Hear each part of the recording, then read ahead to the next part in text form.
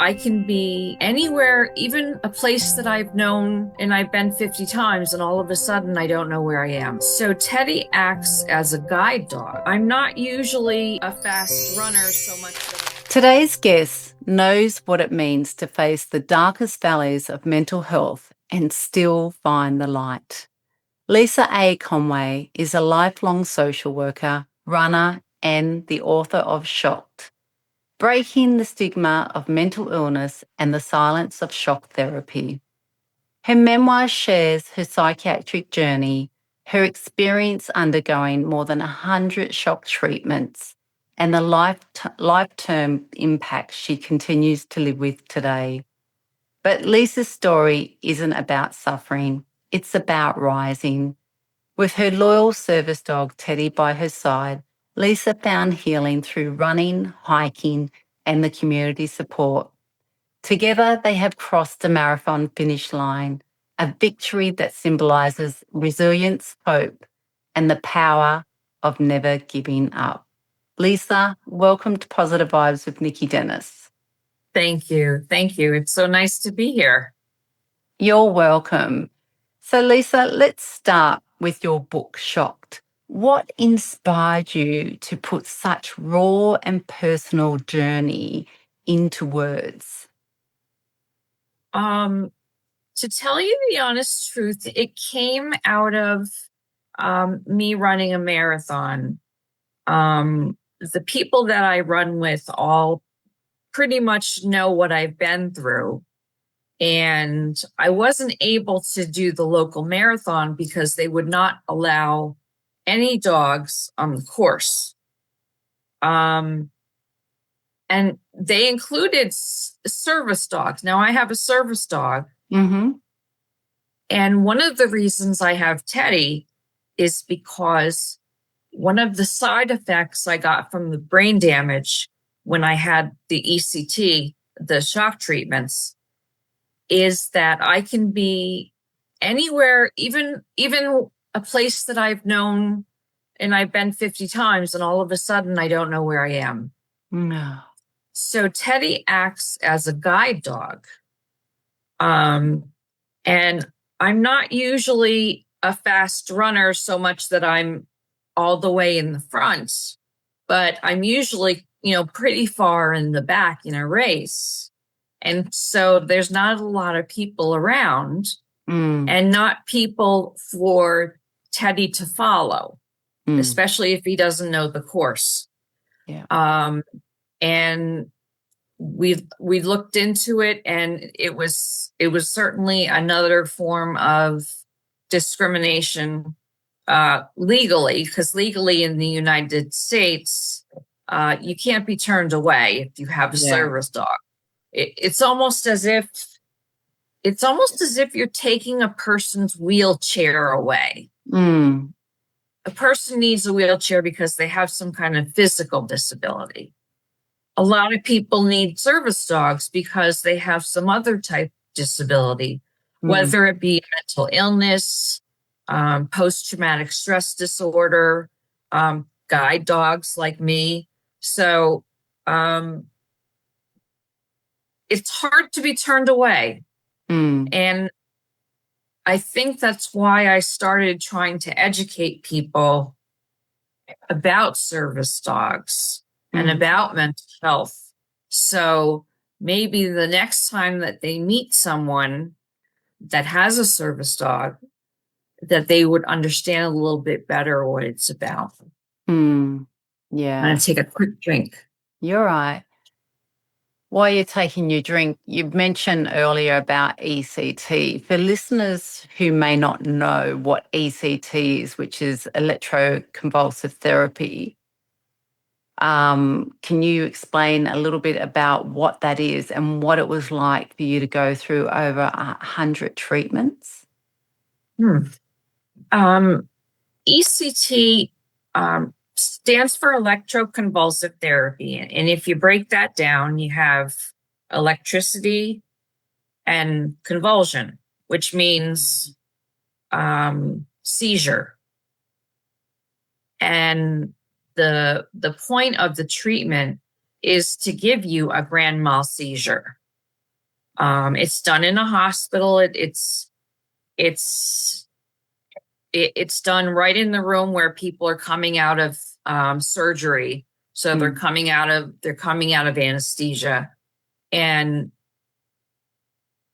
they do put you under anesthesia for the treatment, and they put the electrodes on your head and put the electricity through, Yeah. and you have the seizure, and then maybe 10 minutes later you wake up, and basically you're trying to figure out where you are, what just happened. Mm. Someone has to bring you there Mm. because you've had anesthesia. So um, not only are you not well, but you're also having, as a side effect, you're having memory loss. Yeah. And it's almost like telling someone that has Alzheimer's disease they can drive home. They Mm. can't drive home. Yeah. And they can't be home alone because they might leave the stove on. They could start a fire and nobody would know. Mm. So we were told that the shock treatments would help the depression. And really, I was at a Mm. point with my depression, it was really life-threatening. And we went through this kind of cycle of crashing, ending up in the hospital. Mm. Um, and they would try all different kind of medications. Some of them worked, some of them didn't, but usually there was more than one medication that they were adding. I have quite a cocktail of medications, unfortunately. But nothing really would seem to work. So then they would go back to this um, treatment. And unfortunately, with the treatment came a lot of memory loss. I lost about 20 years of my long-term memory. And I was not told that that would happen. Mm. Basically, the consent and the doctor said that my short-term memory would be affected, but with time it would come back. So it's only a temporary side effect. And what ended up happening is I would go into the doctor's office just about every month, and I would say, my memory isn't getting any better. Mm. I don't know what to do. What do I do? And as we kept going forward, other things started to creep up. I started to notice that my balance was off, Mm. which was strange for me. Um, I I had a couple of situations where I got lost. Mm. Being in a place where um, the first time I was on a run, it was around around my parents' house. It was a 5 mile loop, Mm-hmm. and it's a loop that I've done 100 times. And all of a sudden, I didn't know where I was. Mm. How Nothing frustrating. nothing looked familiar. Mm. Um, it it was frightening. Yeah. It was frightening. Um, and I tried to figure out how to use my GPS. I got my cell phone out, and I'm having a panic attack. And so I'm not thinking straight. Yeah. But I do know how to call daddy. Mm. And that's exactly what I did. I Mm. called my daddy, and within minutes he showed up, and we both cried our eyes out. Yeah. What a On what a one particular what a wonderful on one dad. he my dad is a runner. And he's 85 years old. He stopped running, but now he cycles. And he goes to the gym, so he's very healthy. Mm. Um, and we're very close. And they, my family, including my husband and my son and my mom, have had to watch me deteriorate because of the seizures that I have had over and over. And I never understood it, because I never understood, why would they think having a seizure would make me not depressed? How did they make that connection? And actually, the one of the first times ECT was invented, it was used on cattle, so it would make them more docile, so that they were easier to slaughter. No joke. I'm not even kidding. It would make them more docile. And yeah, it pretty much made me more docile. It didn't make me happy. It just it kept me on a very even keel, no expression, no personality, pretty much just a body. Yeah. There wasn't anything to it. You could ask me any question, I had no answer. Do you remember this? No, I have no idea. Well, we went to this wedding last year. Well, did I have a good time? I would not remember anything. I still don't.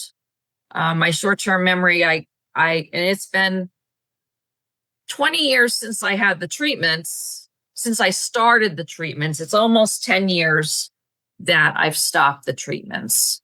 And through finding a Facebook group of people that have survived these treatments, I started to learn what it was all about. And I started to learn I wasn't the only one that had had such serious problems because of the treatments. And not only that, was no one ever told us that that was possible.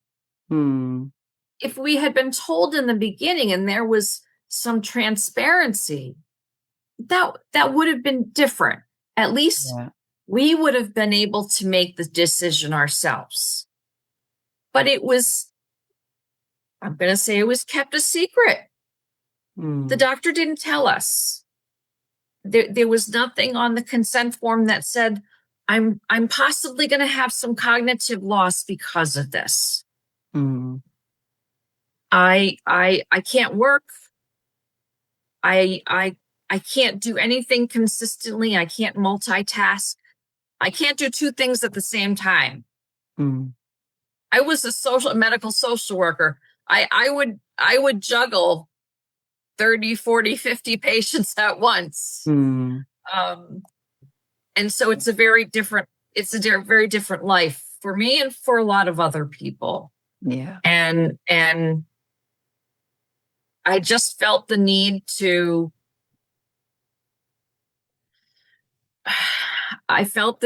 tell everybody in the world that this was happening, because it's being kept a secret.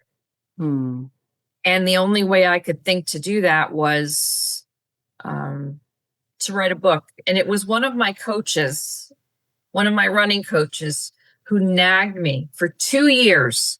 Lisa, you have to tell your story. You have to tell your story. And okay, let's do it. So, and I've gotten many messages from people all over the world saying, oh my God, that's exactly what happened to me. It's like I could have written the book. It was the exact same thing happened to me. How is that possible? Yeah.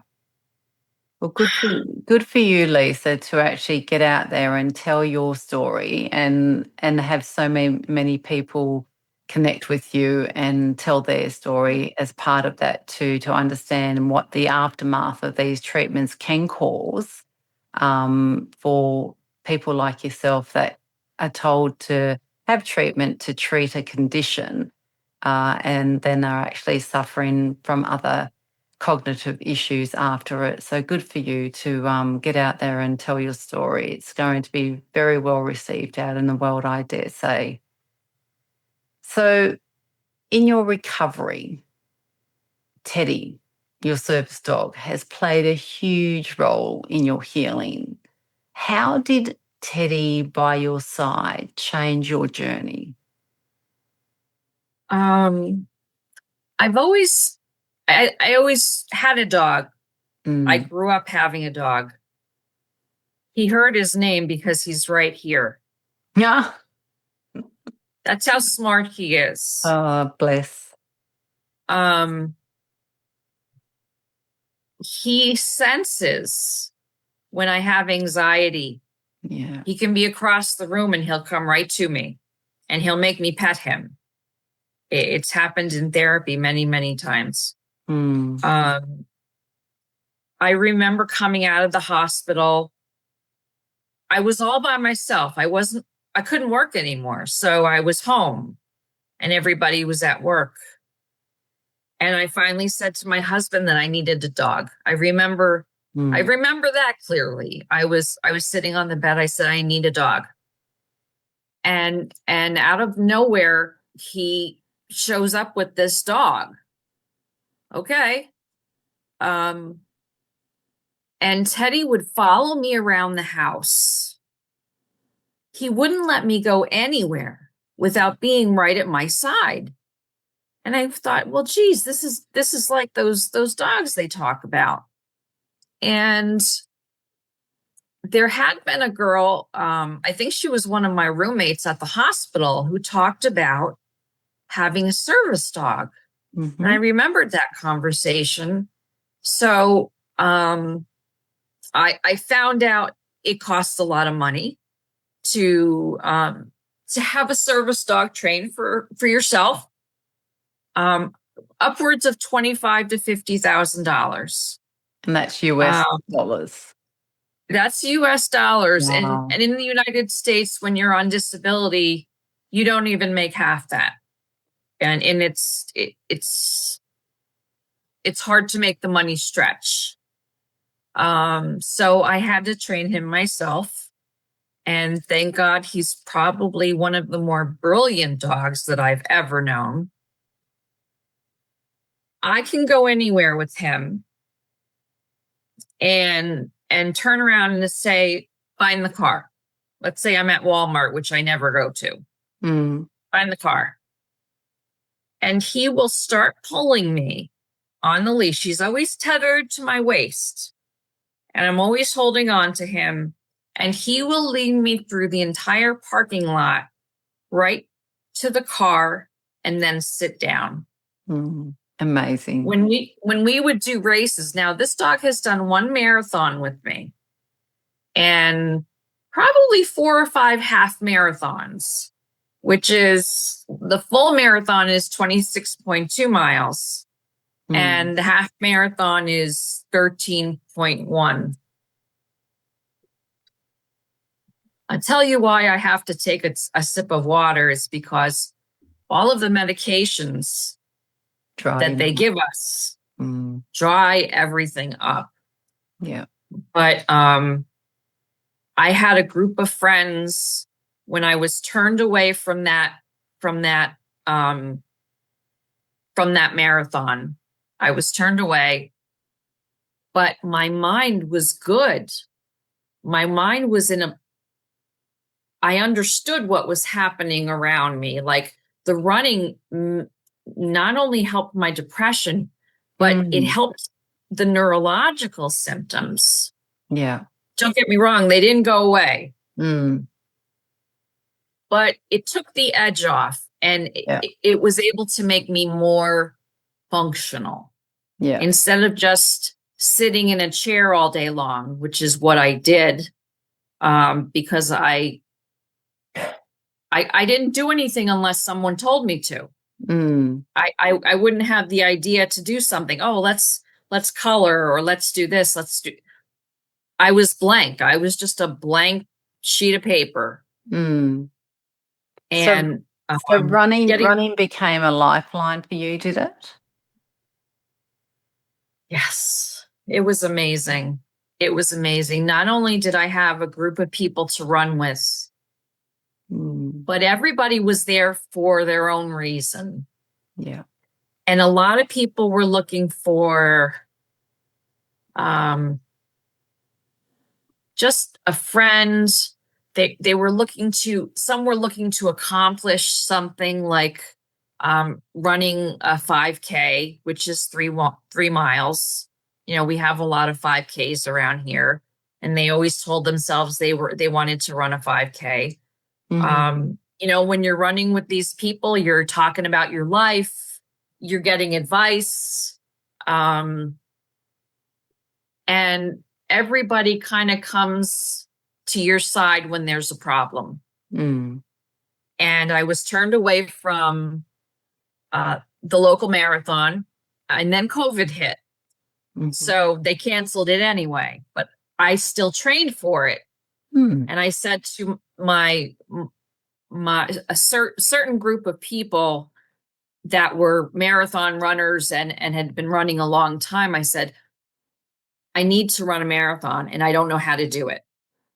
Okay. I can't put those pieces together. Mm. There's a lot of pieces to think about. That there's the training, there's the actual course, and you're talking about 26 miles. Mm. There's no way I know. I can barely go down the street. So on the day of the marathon, I can't tell you how many people would either run next to me. I had people on bicycles. They Mm. had their backpacks. They had water for me. They had water to put on Teddy so he wouldn't overheat. Yeah. Because when we got to a certain point, it was all pavement. So you started to go through the cities. Mm. They had fuel for me, anything that I needed. Yeah. I would get to a certain point and those people would stop running and more people would come in and run. Um, right along the side of the road, there were cars stopped at different places with the hatchback up. So there would be water so I could water down the dog. And if Yeah. I needed anything, actually, a funny story is I don't know how many miles we were into it, but we were on this really long straight road and it was boring. And I saw that they had the car there and I'm like, thank God. And they even had a little table out, which I thought was great. And so I started, helping myself to the table and Teddy jumped in the car. It turned out it was the wrong person. Someone else had decided to run a marathon virtually. Okay, that's what happened during COVID is we Yeah. kind of ran it on our own. That wasn't even my family. Oh. My family was about 20 yards away. Oops. And so I had to get the dog out of her car. But we laugh about it now. But I got to the finish line, which was Courthouse Square, Mm-hmm. right in front of the courthouse. And I can't tell you how many people were there. My father and my sister came from 2 hours away to be there with me, and my husband and my son were there, and all of my running friends. There was pizza and stuff to eat and stuff to drink. And wouldn't you know it, my one coach, Joe, had arranged for the local news to be there. Mm. So the local news wanted to know what do I want people to know? And Mm. I said, if I can do it after all of this, you can do anything. Yeah. And that really, that's been it. How Mm. How amazing. I still Mm. can't believe not only did I run a marathon, but I wrote a book. How Yeah. did I have enough brains to write a book? Sometimes I'm walking around this house like I don't know what I'm doing. Yeah. And It's and it's truly an inspirational story you've just shared with us, Lisa. And to hear what a beautiful community and family you have to oh, support you and Teddy through that. Like it's just there's so many acts of kindness in that, and the fact that you actually got the wrong car and probably that person was very accommodating for you and Teddy, I'm sure. But it's just a beautiful inspirational story to hear that you've gone through and that, if you've gone through it, other people can do it as well. Yeah, it's just amazing. So just on that, you mentioned about the newspaper asking you about what you wanted people to hear. Why do you think it's so important to break the silence around shock therapy and mental illness in your book? the importance of it is that when a person goes to find out information if they should do this treatment or not, everything says that it's safe. Mm. There's one wonderful Facebook group, if you can find it. There's one website. It's lifeafterect.org, I think. And they tell you all of the true information. Mhm. Okay. What to expect. Um, they give you different websites on proven information. Mm. My book is on their website, and people need to know not to trust their doctors like they did. I totally 100% trusted my doctor, and it was my downfall because if I had listened to my family and stopped the treatments, then maybe I wouldn't be this bad. Mm. But people need to know what they're going into. Yeah. They're making decisions. They're already in a difficult place. You have to think about it. With mental health, you're Mm. you're you're really on the edge of suicide. And is this treatment going to work? So you need to know all of the different variables so you can make an informed decision. Mm. And It's it'd be very hard for you to make a decision if you're in such a depressive state, as you are, to Yeah. understand the risk factors in that state. Again, you know, yeah, I couldn't imagine what you went through and what your family also went with you, trying to support you through this all as well. Yeah, My it's very, family, very and tough. unfortunately not everybody has the support system, and I talk a lot about it takes a village. Mm. It took a village for me to do that marathon, Mm. and they came through with flying colors, Mm. and my It family came through with flying colors, mm. and my family going through all those years, they were there for me. Yeah. Whatever I needed, if my father had to drive 2 hours to get me to the hospital at 6:30 in the morning, then that's what he did.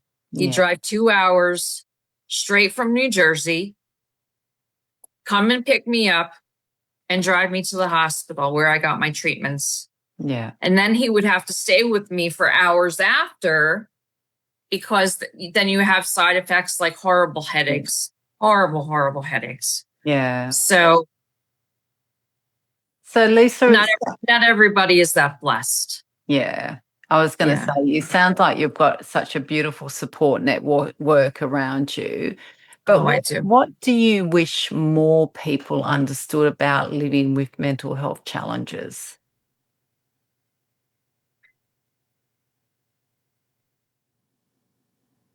I I want people to take care of themselves as a caregiver.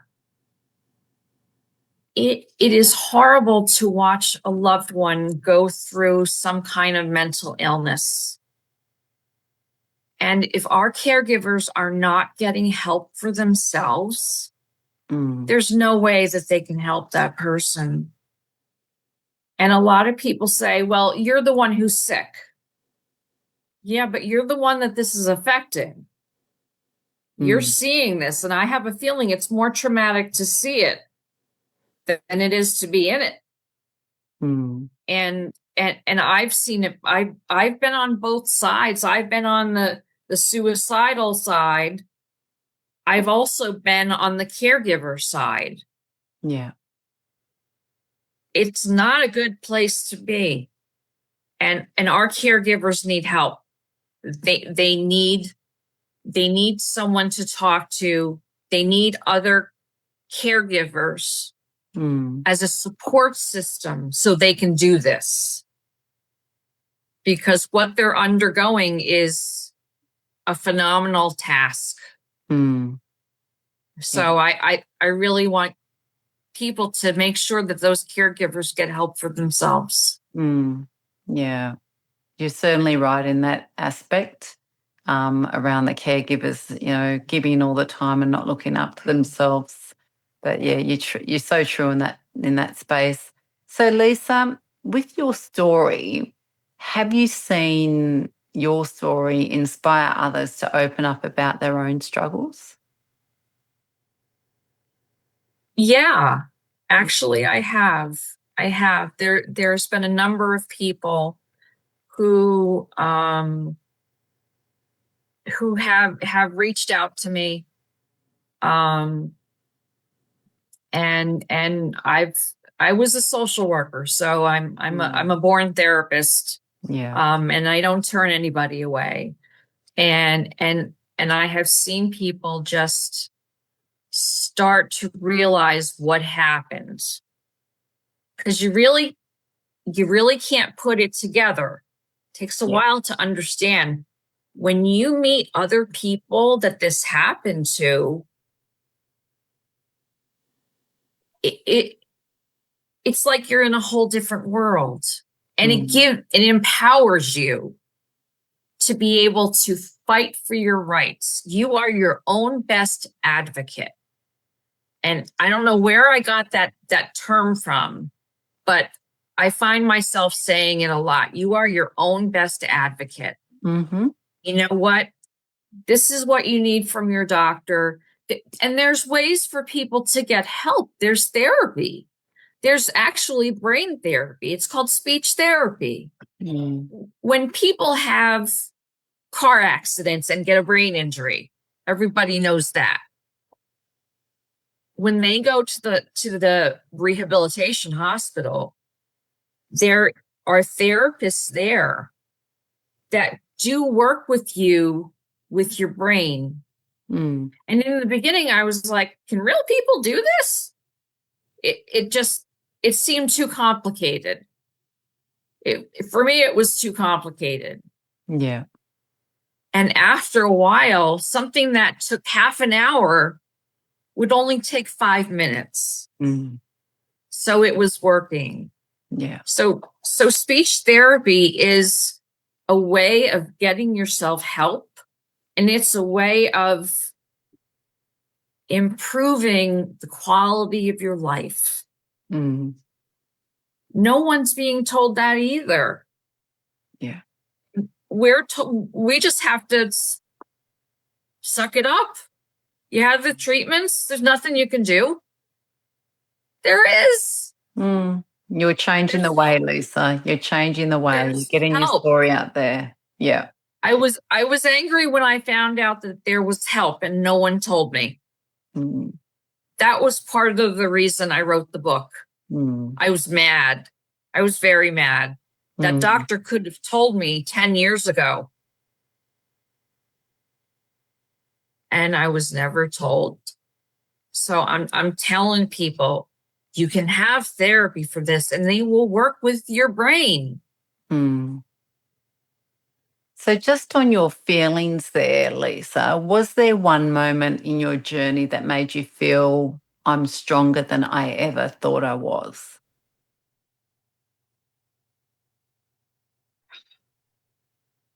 It was the marathon. I, I never in a million years thought, with all of my years of mental illness, depression, I had obsessive compulsive disorder. I went through anorexia. I was in a hospital for anorexia for 3 months, 3 months out of my life. Um, yeah, Mm. my brain completely stopped. Mm. That happens with people with brain injuries. Our brains can only think so much, and then it just goes blank. Yeah. Sounds kind of strange, but Yeah. my head is completely blank. Mm.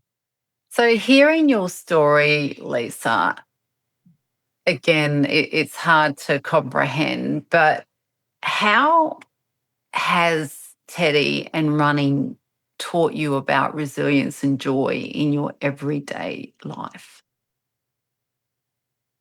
The loyalty of this dog,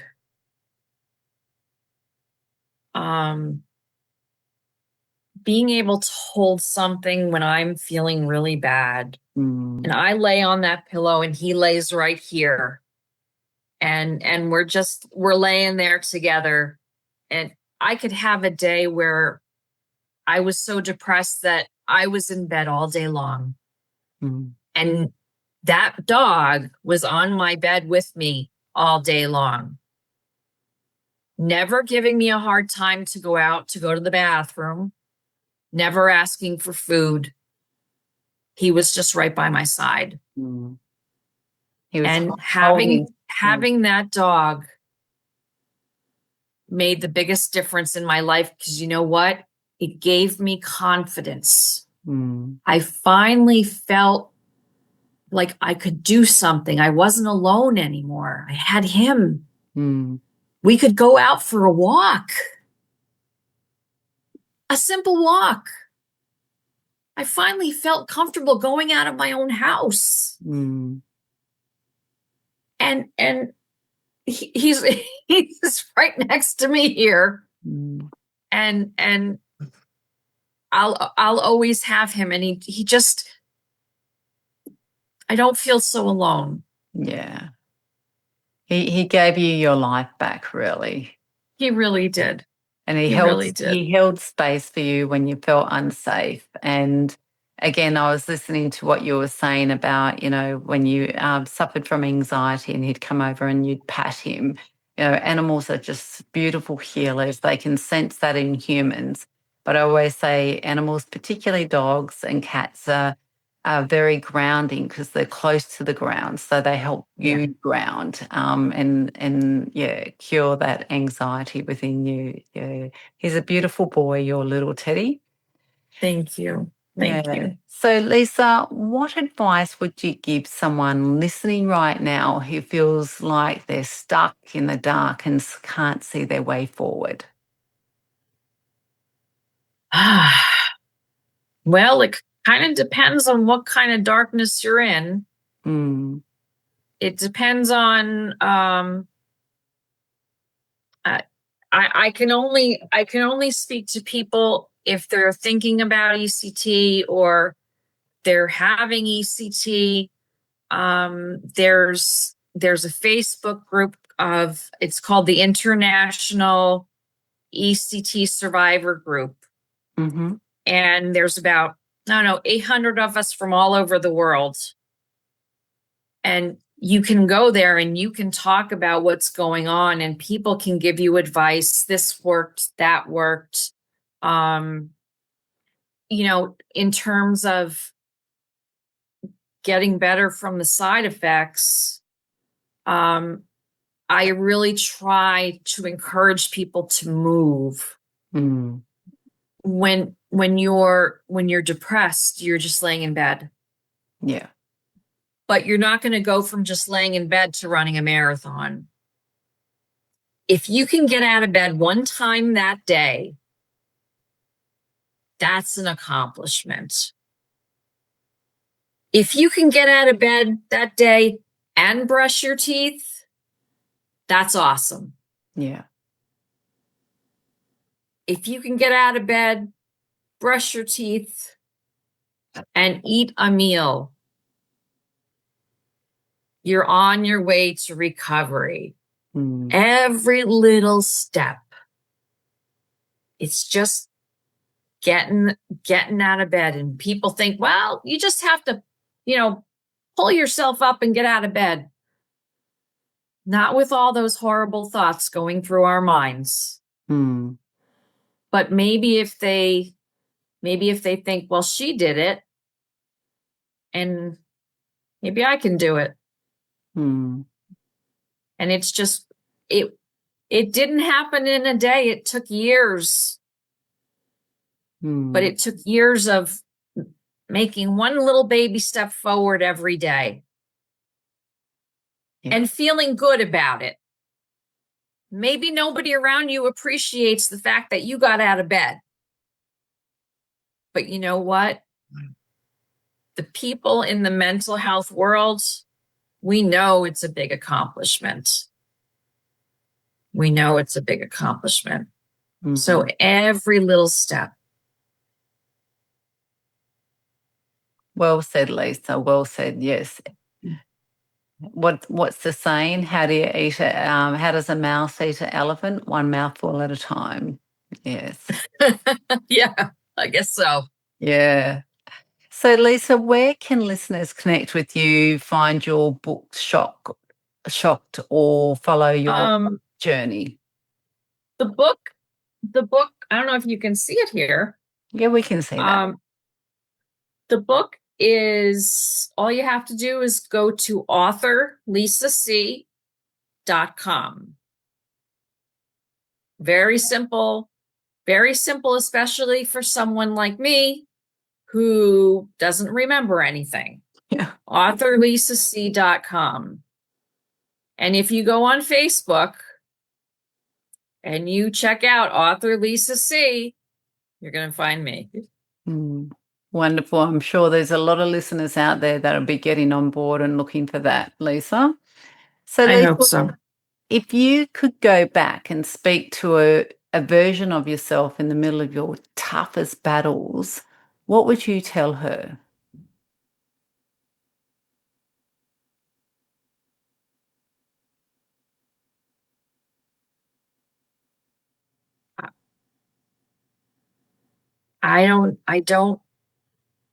Now, considering my brain already died today, I don't know. Find your own people. Find people that have done that have felt that way. When you have those people around you, they understand why you feel like that.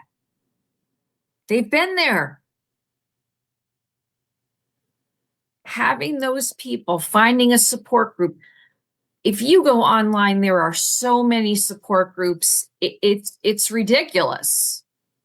And it's a matter of just finding the right fit. There's lots of Facebook groups out there. And you have to connect with someone that's going through the same thing. If you can just connect with one person.